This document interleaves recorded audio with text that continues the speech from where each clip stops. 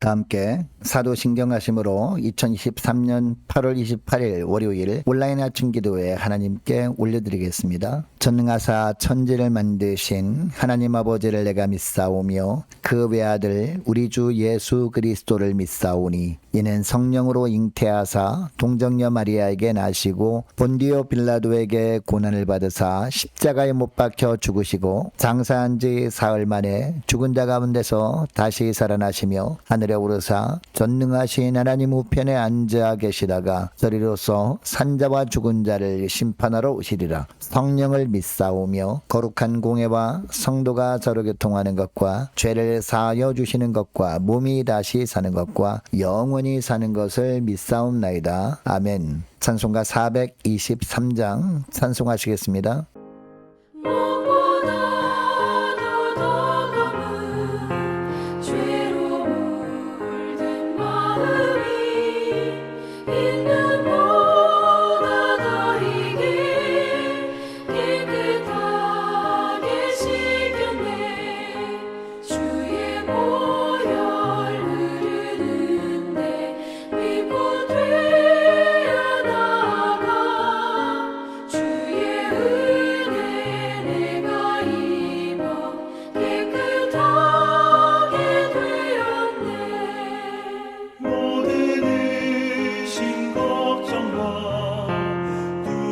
두려움이 사라져 슬픈 단식 변하여 기쁜 찬송 되었네. 주의 보혈 흐르는데 믿고 뛰어나가 주의 은혜 내가 입어 깨끗하게 세상 무기 영화와 즐겨하던 모든 것 주를 믿는 내게는 불도만도 못하다. 주의 보혈 흐르는데 믿고 뛰어나가 주의 은혜 내가 입어 깨끗하게 되었네. 나의 모든 몸에는 저 천국에 쌓여네. 나의 평생 자랑은 주의 십자가로다. 주의 보혈 흐르는데 믿고 뛰어나가 주의 은혜 내가 입어 깨끗하게 되었네. 하나님 아버지 감사합니다. 어제는 거룩한 주일 예배를 통해서 은혜 받게 하시고 도전 받게 하시고 또 결단하게 하셨다가 또 한 주간이 시작되는 월요일 아침을 맞이하게 하심을 감사합니다. 오늘 하루도 그리고 한 주간도 주님께서 말씀을 통해서 하늘의 은혜로 저희 심령 가운데 채워주셔야 흔들리지 않냐고 주님이 이끄시는 믿음의 삶을 살게 될 줄 믿고 이 시간에 말씀을 받습니다. 오늘 주시는 말씀을 통해서 하늘의 은혜와 능력으로 저희 심령 가운데 충만하게 채워주셔서 어떠한 세상의 유혹에도 흔들리지 않냐고 좌로나 우로나 치우치지 않냐고 오직 주님께서 말씀을 통해서 이끄시는 길로만 믿음으로 담대하게 나아갈 수 있는 복된 하루와 한 주간 될 수 있도록 축복하여 주옵소서. 감사드리오며 우리 주 예수 그리스도의 이름으로 기도드리옵나이다. 아멘. 자, 이 시간에 하나님이 주시는 말씀은 구약성경 예레미야 11장 9절부터 17절까지 말씀 보겠습니다. 자, 화면을 보시면서 예레미야 11장 9절부터 함께 합독하시겠습니다. 여호와께서 또 내게 이르시되 유다인과 예루살렘 주민 중에 반역이 있도다. 그들이 내 말 듣기를 거절한 자기들의 선조의 죄악으로 돌아가서 다른 신들을 따라 섬겼은즉 이스라엘 집과 유다 집이 내가 그들의 조상들과 맺은 언약을 깨뜨렸도다. 그러므로 나 여호와가 이와 같이 말하노라. 보라, 내가 재앙을 그들에게 내리리니 그들이 피할 수 없을 것이라. 그들이 내게 부르짖을지라도 내가 듣지 아니할 아니할 것인즉 유다 성읍들과 예루살렘 주민이 그 분향하는 신들에게 가서 부르짖을지라도 그 신들이 그 고난 가운데에서 절대로 그들을 구원하지 못하리라. 유다야, 내 신들이 내 성읍의 수와 같도다. 너희가 예루살렘 거리의 수대로 그 수치스러운 물건의 제단 곧 바알에게 분향하는 제단을 쌓았도다. 그러므로 너는 이 백성을 위하여 기도하지 말라. 그들을 위하여 부르짖거나 구하지 말라. 그들이 그 고난으로 말미암아 내게 부르짖을 때에 내가 그들에게서 듣지 아니하리라. 나의 사랑하는 자가 많은 악한 음모를 꾸미더니 나의 집에서 무엇을 하려느냐? 거룩한 잼을 고기로 내 재난을 피할 수 있겠느냐? 그때 내가 기뻐하겠느냐? 여호와께서는 그의 이름을 일컬어 좋은 열매 맺는 아름다운 푸른 감람나무라 하였었으나 큰 소동 중에 그 위에 불을 피웠고 그 가지는 꺾였도다. 바알에게 분향함으로 나의 노여움을 일으킨 이스라엘 집과 유다 집의 악으로 말미암아 그를 심은 만군의 여호와께서 그에게 재앙을 선언하셨느니라. 아멘.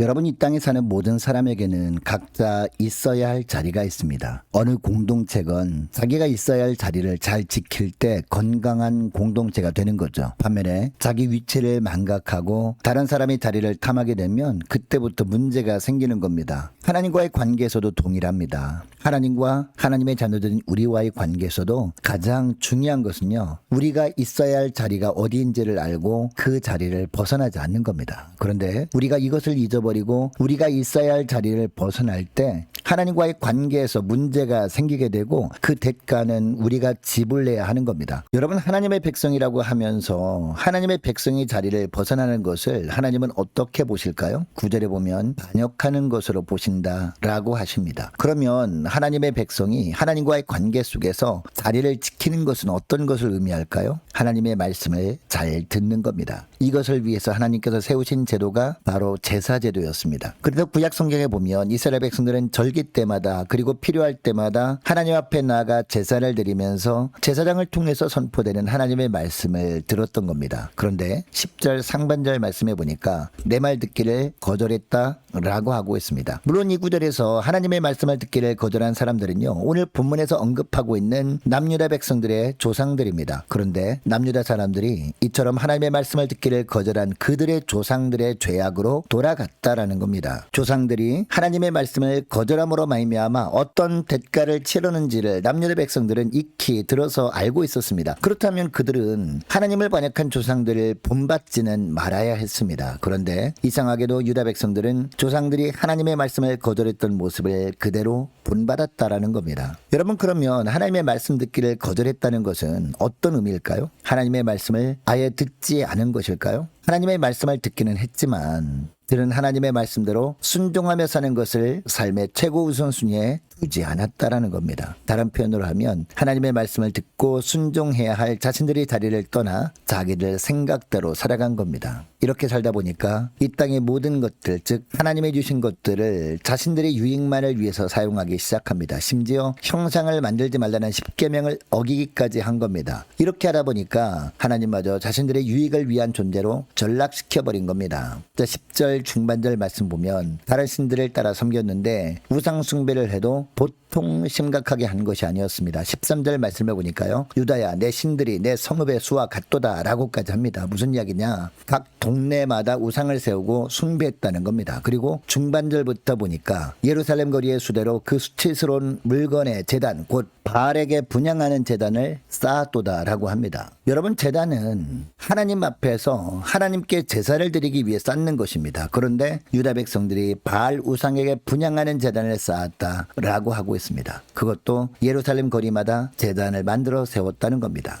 여러분, 예루살렘은 하나님의 성전이 있는 거룩한 성이었습니다. 그러니까 하나님 앞에서 버젓이 우상을 숭배하는 제단을 거리마다 쌓은 겁니다. 물론 안식일에는 하나님의 성전에 나와서 그들도 하나님께 예배드리기는 했습니다. 그런데 문제는 예배드린 후에 세상에서 일상의 삶을 살아가는 동안에는 늘 바알 우상을 숭배했다라는 겁니다. 그러니까 당시 유다 백성들은 성전에 나와서 예배드릴 때도 몸은 성전에 있었지만 마음은 늘 바알 우상에게 가 있었던 겁니다. 이렇게 하다 보니까 심지어 하나님까지도 우상 취급을 할 정도까지 유다 백성들의 신앙이 변질되고 말았습니다. 이것이 11절 말씀입니다. 자, 11절 중반절을 보니까 보라, 내가 재앙을 그들에게 내리리니 그들이 피할 수 없을 것이라. 그들이 내게 부르짖을지라도 내가 듣지 아니할 것인즉 이라고 합니다. 여러분, 이 구절에서 재앙은요, 남유다 백성들에게 임할 고난을 말합니다. 그들이 우상 숭배의 죄 때문에 겪게 될 환난을 의미하는 것이죠. 여러분, 그렇다면 이런 고난이 찾아올 때 백성들이 해야 할 것은요, 회개하고 하나님께 돌이키는 것입니다. 그리고 하나님의 처분을 잠잠히 기다리는 겁니다. 그런데 유다 백성들은 회개할 생각은 하지 않고 단지 고난 때문에 너무 힘들다고 이 고난에서 벗어나게 해달라고 부르짖기나 했다라는 겁니다. 자, 15절 하반절을 보니까 거룩한 제물 고기로 내 자신을 피할 수 있겠느냐라고 합니다. 환난을 주신 하나님의 뜻이 무엇인지 깨닫고자 하지는 않고 단지 하나님께 더 정성껏 제물을 드리면 하나님이 감동하셔서 고난에서 벗어나게 해줄 것이라고 여겼다라는 겁니다. 그러나 하나님은 이것을 보시고 11절 하반절을 보니까 내가 듣지 아니하리라 라고 하십니다. 고난에서 구원해 주지 않겠다라는 겁니다. 하나님은 회개를 원하셨는데 회개는 하지 않고 단지 살려달라고만 했기 때문이죠. 그래서 4절 말씀해 보니까 예레미야에게 그들을 위해 기도하지 말라라고까지 하신 겁니다. 회개에는 관심도 없이 죄악으로 인해 찾아온 고난에서 벗어나기만을 원함으로 말미암아 하나님께서 응답하지 않을 것이기 때문이었습니다. 끝까지 회개하지 않으면 응답하지 않을 뿐 아니라 국가적 재앙을 주실 것이기 때문이었습니다.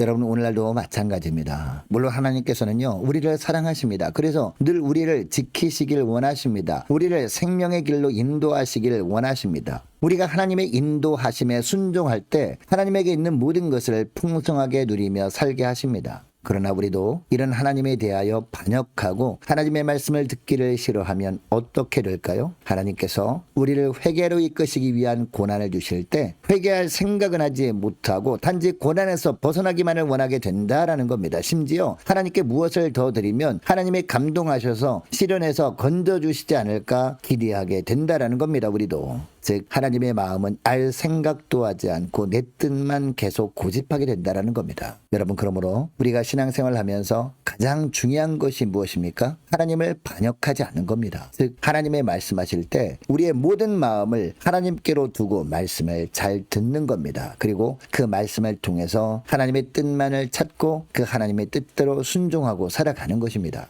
여러분, 이것을 기억하시고 오늘 기도할 때 이렇게 기도했으면 좋겠습니다. 하나님, 이젠 어떤 말씀을 하실 때도 더욱 집중해서 듣게 하시고 말씀을 들을 때마다 하나님의 뜻을 바르게 깨닫고 주님의 뜻에 순종할 수 있도록 성령께서 붙들어 주옵소서. 간절히 기도하는 이 새벽 될 수 있기를 원합니다. 자, 계속해서 기도하기를 원하는 것은요, 한 주간 동안 각 가정의 직장과 사업장을 위해서 우리 함께 기도하기를 원하고 모든 구역 식구들과 이 자녀들에게 하나님께서 영적인 분별력을 허락해 주셔서 죄악에 관영한 세상 속에서도 분명히 하나님이 원하시는 구별된 삶을 살아가도록 도와달라고 함께 기도하기를 원합니다. 후반기 사역을 위해서 함께 기도하기를 원하고 모든 공예배가 속히 회복되게 하옵소서. 간절히 기도하기를 원합니다. 유초등부 중고등부 청년부를 위해서 남녀 전도회와 각 구역을 위해서 함께 기도하기를 원하고 또 많은 환우들이 있습니다. 환우들 위해서 기도해 주시기 바랍니다. 군 복무 중인 유호성 형제를 위해서 취업을 앞둔 우리 청년들과 해외 나가 있는 이시훈 형제의 앞날을 위해서 함께 기도하기를 원하고 선교사님들